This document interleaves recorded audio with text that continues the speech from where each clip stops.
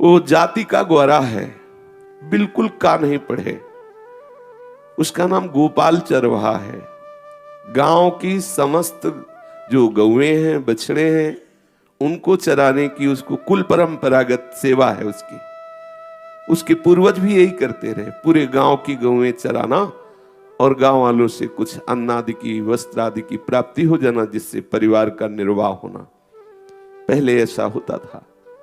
जो धनी मानी जन होते थे वो सेवक रूप में रखते थे, तो गांव के जो लोग दे सकते थे सेवाएं, वो अपनी भी गौएं उसकी उसमें कर देते और उसको अन्न आदि देते, जिससे उसके परिवार का भरण पोषण होता। बिल्कुल पढ़ा लिखा नहीं, कोई आचार विचार नहीं कि ऐसे नहाना चाहिए, ऐसी ऐसी क्रियाएं करनी चाहिए शास्त्री।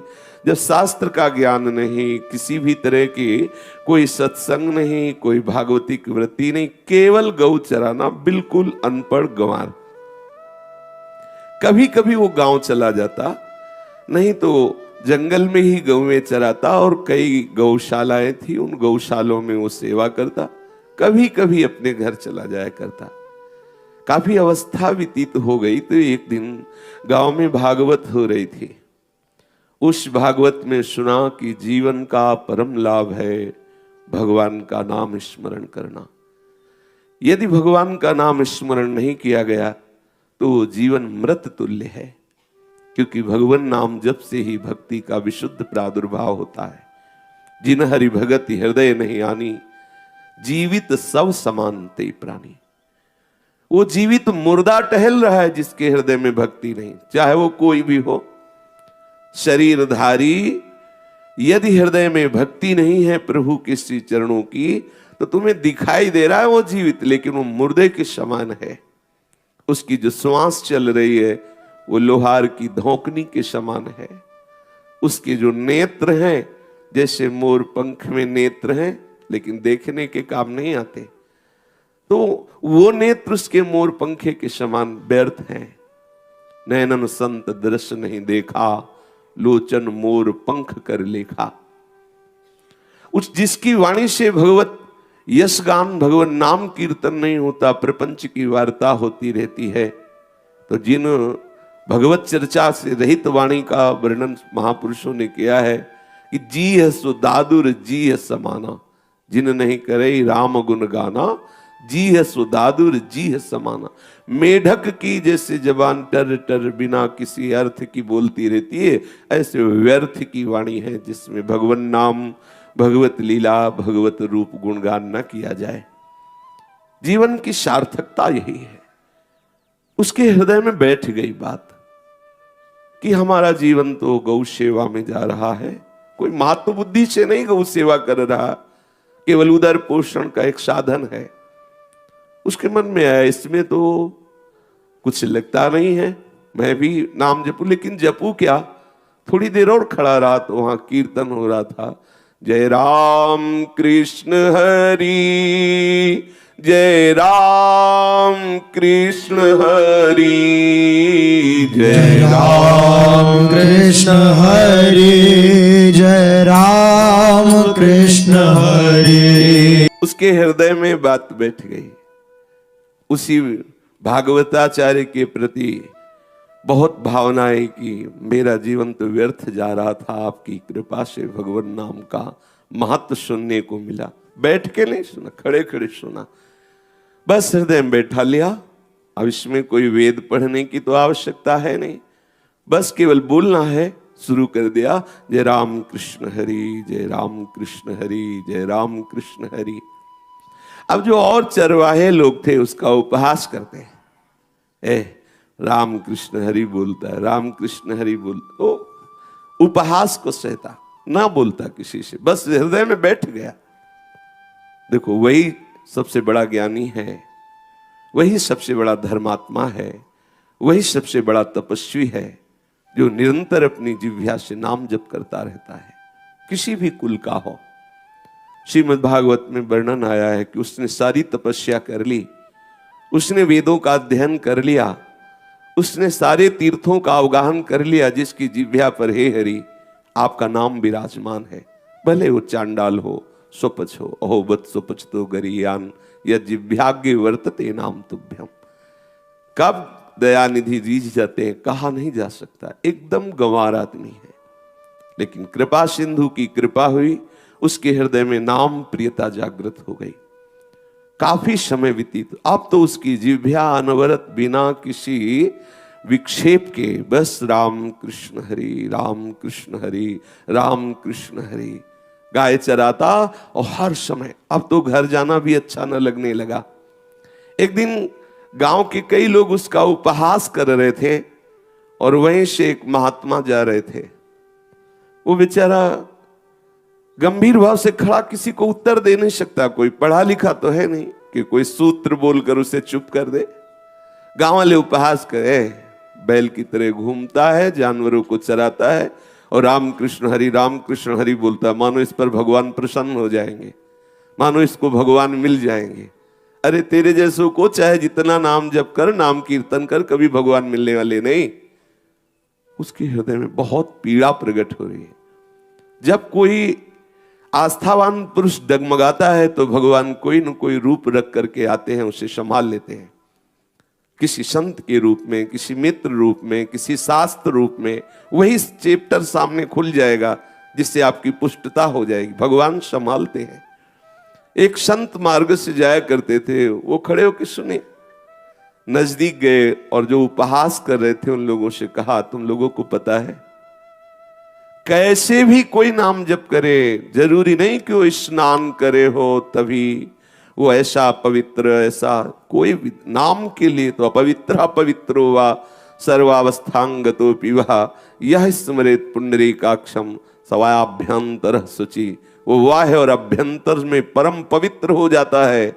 चाहे अपवित्र हो चाहे पवित्र हो, कैसी भी परिस्थिति हो, जो कमल नयन भगवान श्री हरि का नाम जप करता है वो बाह्य और अंतर दोनों से पवित्र हो जाता है। वो पवित्र ही नहीं, मम भक्ति युक्तो भुवनम पुनातु, वो समस्त लोगों को पावन करने वाला बन जाता है।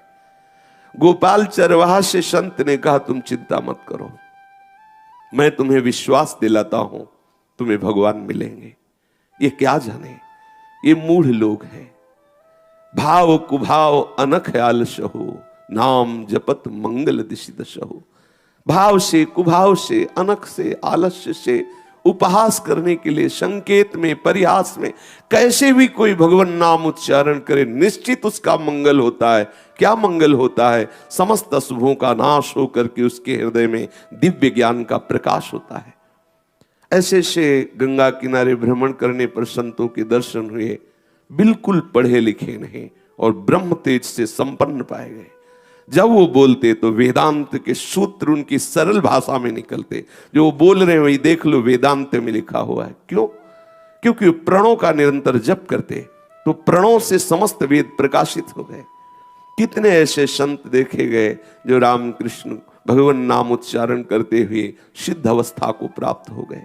देखो वाल्मीकि जी तो मरा मरा ही बोलते थे, और कितने महान ऋषि, कितने महामहिमा में कवि जो भगवान की अद्भुत लीलाओं का, श्री राम की अद्भुत लीलाओं का गान किया। भगवान नाम से क्या नहीं हो सकता, पर विश्वास, दृढ़ता, आज इसकी दृढ़ता हिल रही थी। ये नास्तिक जन उपहास करके उसको उसकी निष्ठा से विचलित कर रहे थे। ऐसा सबके जीवन में होगा, पक्का विश्वास कर लीजिए। जैसे जैसे आप भगवत मार्ग में चलेंगे तो ये ऐसे प्रतिकूल विधान करने वाले लोगों को माया आपके पास भेजेगी जो आपकी निष्ठा से आपको विचलित कर दे। क्या हुआ इतने दिनों तक नाम जप करते रहे, क्या मिला तुम्हें? अरे सब बकवास है, क्यों लगे हो? वो आपको ऐसे डिगाने की चेष्टा करेंगे। आप यदि धैर्य पूर्वक चले तो निश्चित विश्वास कर लीजिए आगे जो आने वाला महामोद का समय आने वाला है। ये ऐसी महाआनंदमय स्थिति आने वाली है कि आप नाच पड़ोगे, पर कुछ समय तक के लिए कोहरा है। ऐसा सूर्य उदय हो गए पर कोहरे के कारण नजर नहीं आ रहे। अपने को लग रहा है अंधेरा, लेकिन नहीं, सूर्य उदय हो गया है। जिस समय कोहरा छटेगा तो आपको दिखाई देगा कि आप सूर्य कितना प्रकाशित हो चुका है, आप जान नहीं पाए थे। हमारे नेत्रों के सामने कोहरा है, सूर्य के सामने नहीं। सूर्य के सामने इसकी ताकत नहीं, हमारे नेत्रों के सामने है। ऐसे ही हमारे नेत्र सतोगुण, रजोगुण, तमोगुण रूपी कोहरे से ढके हुए हैं। जिस दिन नाम के प्रताप से कोहरा हटेगा, तो आप देखोगे कृपा रूपी सूर्य उदय हो चुका है, आपके लिए दशों दिशाएं प्रकाशित हो गई हैं। अब मोह अंधकार, ये अविद्या का अंधकार अब आपको जन्म मरण रूपी महान क्लेश नहीं दे पाएगा। गोपाल चरवाहे से कहा उन संत भगवान ने, एक काम करो, आप सदगुरु का वर्ण कर लो। यही जो नाम जप करते हो, ये अद्भुत महिमा आपके हृदय में प्रकाशित कर देगा। आप सदगुरुदेव का वर्ण कर लो, किसी संत को सदगुरुदेव रूप से स्वीकार कर लो। सदगुरुदेव की कृपा से बहुत जल्दी भगवान मिलते हैं, इसलिए सदगुरुदेव का वर्ण करो। तो उसने कहा, महाराज अब हम तो किसी को जानते नहीं, कौन सदगुरुदेव होते हैं, कैसे सदगुरुदेव होते हैं। उनका जिनके देखने से ऐसा लगने लगे मेरे हैं, जिनके चरण स्पर्श करने से ऐसा लगने लगे कि मुझे भगवान निश्चित मिल जाएंगे, जिनके संग से संसार के भोग फीके लगने लगे, जिनके दर्शन से हृदय उत्साहित हो जाए, आनंदित हो जाए, और जो आंतरिक विषय वासना जलाती थी उनसे छूटने की युक्तियां जागृत होने लगे, ऐसे सदगुरुदेव का वर्ण करो। उनका, महाराज आप ही मुझे दीक्षा दे दीजिए। उनका, मैंने तो नियम लिया है कि आजीवन कभी किसी को शिष्य नहीं बनाएंगे, मंत्र दीक्षा हम नहीं देंगे, लेकिन हम तुम्हें आश्वासन देते हैं, तुम प्रभु से प्रार्थना करो कि मुझे सदगुरुदेव की प्राप्ति हो। तुम्हें जाना नहीं पड़ेगा, सदगुरुदेव आके तुम्हें स्वीकार कर लेंगे। ऐसा कह के आत्मबल दे करके संत भगवान चले गए। अब वो तो रोज गाय चराते हुए मार्ग की तरफ देखता कि कब सदगुरुदेव आ रहे हैं, और राम कृष्ण हरि ऐसा उच्चारण करके प्रभु से प्रार्थना करता कि प्रभु, संत भगवान ने कहा है गुरुदेव की कृपा से ही आप मिलते हो, तो प्रभु मुझे गुरुदेव मिला दीजिए। एक दिन भगवान नाम जापक अनुराग में छके हुए एक वैरागी महापुरुष उधर से निकले। देखते ही उसको लगा कि मैं इनको तो बहुत पहले से जानता हूं, ऐसा लगने लगा। जिनके देखने से ऐसा लगने लगे कि ये तो हमारे हैं, ये तो अपने हैं, मैं कोई पहली बार नहीं मिल रहा हूं, ये तो ऐसा लगता है जैसे पूर्व परिचित है, ये आकर्षण। उसके संग से हृदय में एक नवीन उत्साह, एक नवीन आनंद दौड़ पड़ा। चरणों में जाके साष्टांग प्रणाम किया, कहा महाराज मैं बिल्कुल पढ़े लिखे नहीं हूं, महीने 2 महीने में कभी स्नान कर लेता हूं, और गांव से छाछ और रोटी ये हमारे भोजन में आती है, जब आती है तब पा लेता हूं। हमारी कोई ऐसी शास्त्रीय दिनचर्या नहीं है। पर संत भगवान ने कहा था कि गुरुदेव के वर्ण किए बिना भगवान का साक्षात्कार नहीं होता, इसलिए आप हमें मंत्र दे करके, दीक्षा दे करके कृतार्थ कीजिए। उन्होंने कहा आपकी सरलता देखकर हम आपको मंत्र दे सकते हैं, पर कुछ नियमावली है, वैष्णव होने पर, शरणागत होने पर कुछ नियम धारण करने पड़ते हैं। उन्होंने कहा महाराज बिल्कुल पढ़े लिखे नहीं, और हमारी नहाने धोने में कोई आस्था नहीं है कि आप हमें कहें कि रोज सुबह स्नान, ये हमसे हो नहीं पाएगा। हम ठहरे चरवाहा, और हम ना ठाकुर सेवा विराजमान कर पाएंगे क्योंकि हमें गाय चरानी है, ना हम स्नान कर पाएंगे रोज, ना हम ठाकुर सेवा स्वीकार कर पाएंगे, और ना हम कोई शास्त्र पढ़ सकते हैं क्योंकि हम गंवार हैं। बस आप दीक्षा दे दीजिए। वो विचार में पड़ गए कि कोई भी वैष्णव सिद्धांत ये स्वीकार नहीं कर सकता, तो इसको हम कैसे दीक्षा दे दें। फिर विचार किया कि जीव तो प्रभु का साक्षात अंश है, और प्रभु की प्राप्ति की उसकी इच्छा है, तो ये इच्छा ही समस्त साधनों की पूर्ति है। ध्यान दीजिए, आप सब क्रियाएं कर रहे हैं, लेकिन आपके हृदय में भोग भोगने की इच्छा है, तो आप अपवित्र हैं। आप बिल्कुल स्नान नहीं किए, लेकिन आपको भगवत प्राप्ति की इच्छा है, तो आप परम पवित्र हैं। ये सूक्ष्म विषय है। हमारे अंदर भगवत प्राप्ति की अगर इच्छा जागृत हो जाए तो सब मलिनताएं इस इच्छा से नष्ट हो जाती। जैसे अभी हम सत्संग सुन रहे हैं तो हृदय कितना शीतल निष्काम, अभी भोग वासना प्रकट हो, भोग की इच्छा प्रकट हो, मलिनता छा जाएगी। एक भोग, किसी भी इंद्रियजन्य भोग की इच्छा होते ही हृदय मलिन हो जाता है, चंचल हो जाता है, क्लेश युक्त अशांत हो जाता है। तो जब भगवत प्राप्ति की इच्छा जागृत होती है तो इस इच्छा में इतनी सामर्थ्य है कि वो संपूर्ण अपवित्रताओं का नाश करके उसे परम पावन बना दे। तीर्थी कुर्वन्ति तीर्थानि, वो तीर्थों को तीर्थत्व प्रदान करने की सामर्थ्य वाला हो जाता है, जिसके हृदय में भगवत मिलन की चाह प्रकट हो गई है। उन गुरुदेव भगवान के हृदय में एक बात आई कि ये भगवत मिलन चाहता है, इससे बढ़कर और क्या हो सकता है। तो उनका ठीक है, जाओ, अच्छा आज तो स्नान करके आ जाओ। बोले महाराज अब ये भी आज्ञा पालन नहीं होगी। अब हमें गाय चराने आपको स्नान करने जाओ, हम कई कोस चल के गंगा नहा के आओ, ये हमसे नहीं हो सकता, क्योंकि हमारा गाय चराने का काम।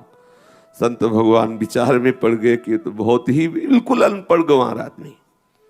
अच्छा मैं तुम्हें भगवान का मंत्र देता हूं, लेकिन एक नियम तुम्हें स्वीकार करना पड़ेगा, अगर ये नियम स्वीकार नहीं किया तो मंत्र नहीं देंगे। तो उनका जी एक नियम तो कोई बता दो, वो स्नान करने वाला ना हो, शास्त्र पढ़ना ना हो और ठाकुर सेवा ना हो, तीन के सिवा और आप बता दो जब। फिर वो विचार में पड़ गए कि ठाकुर सेवा भी नहीं, शास्त्र स्वाध्याय भी नहीं, स्नान भी नहीं। तो उनका एक काम करना कि भगवान को भोग लगा के पाना। कैसे भोग लगाया जाता है? सामने भोजन रख लेना और आंख मूंद करके ना, हे गोविंद हे कृष्ण पधारो, क्योंकि कोई मंत्र आदि की तो दयम्बस्तो गोविंदम तो वो पढ़े लिखे नहीं। आप कहना कि हे कृष्ण हे करुणामय, आप कृपा करके पधारो और जो हमारे पास रूखा सूखा है आप पाओ, और थोड़ी देर आप देखना और भगवान को पवा के फिर पा लेना। हाँ ये बात हो जाएगी, क्योंकि इसमें कोई नहाना धोना नहीं, कोई ऐसा, हाँ ये ठीक है। अब वो सरल हृदय का जितनी बात स्वीकार करता, बिल्कुल ठीक उसको निर्वाह करने वाला। गुरुजी तो उसको मंत्र दिया, श्री तुलसी जी की कंठी धारण कराई और कहा बेटा बस खूब ये मंत्र जपना, और इसके बाद ऐसे जब प्रसाद पाना तो ठाकुर को भोग लगाना। अब वो तो केवल भाव के लिए बोले थे कि आंख मूंदना और भगवान पाएंगे। अब उसके पास रोटी और छाछ, जो मठा है उसे छाछ कहते हैं, गांव से 4-6 रोटी आ जाती और छाछ आ जाती। और एक रज के पात्र में छाछ रख के और एक पत्ता में रोटी रख के आंख मूंद के बैठा, हे गोविंद हे कृष्ण पधारो। गुरुदेव ने कहा है कि आप पाओ भोग तब हम पाएंगे। थोड़ी थोड़ी देर में आंख खोल के देखता, वैसे ही छाछ और रोटी रखी मिलती। अब शाम हो गई, लेकिन गोविंद पद, उन गुरुदेव का मतलब था भाव से समर्पित करना। वो सीधा साधा आदमी समझा कि भगवान को पवा के पाना, भगवान आएंगे उनको पवाएंगे, हम भी पालेंगे। उसके हृदय में बात बैठ गई। बड़े आश्चर्य की बात है, उसने एक कवल्प नहीं पाया।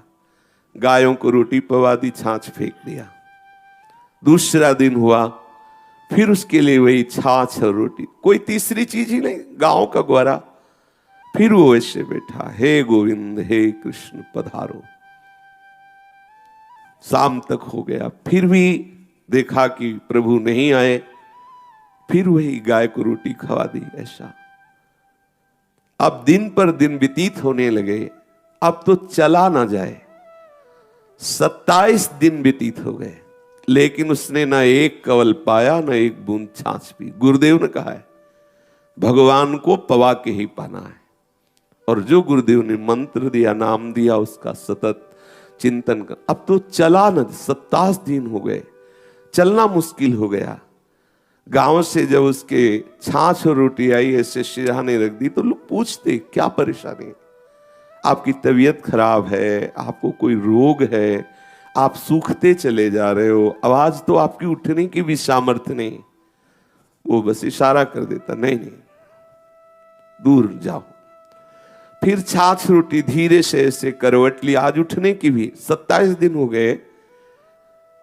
प्रभु से प्रार्थना की, प्रभु अब चाहे प्राण निकल जाए, पर मैं गुरुदेव को एक नियम की बात स्वीकार की है, गुरुदेव की एक आज्ञा पालन करने की बात स्वीकार की है। प्राण निकल जाए पर तब तक अन्न नहीं रखूंगा जब तक आप पाओगे नहीं। गुरुदेव ने कहा है कि भगवान को पवा के पाना। भोग का तात्पर्य है भगवान को पवा के पाना। सीधा साधा आदमी अब अश्रु प्रवाह हो रहा है, बार बार भाव से पुकार रहा है, प्रभु आ जाओ पालो। हमें प्राणों की चिंता नहीं है, एक बार तो मरना ही है, पर प्रभु आप आ जाओ, आप पालो। थोड़ी देर में देखा कि जैसे कोई महान अमृतमय स्पर्श हुआ हो। उस गोपाल चरवाहे ने देखा कि इंद्र नीलमणि अंग की कांति है, नव किशोर अवस्था है, फेंट में बांसुरी, बिल्कुल चरवाहा रूप ठाकुर जी का। नटवर बपू जैसे अपने ब्रज में गाय चराने श्री ठाकुर जी महाराज सखाओं के साथ जाते, ठीक वही चरवाहा रूप जैसा। और देखा, अरे ये तो इतने तेजस्वी प्रभु ही हो सकते। प्रभु ने उठाया, उसको बैठाला और बोले, देखो मैं आ गया।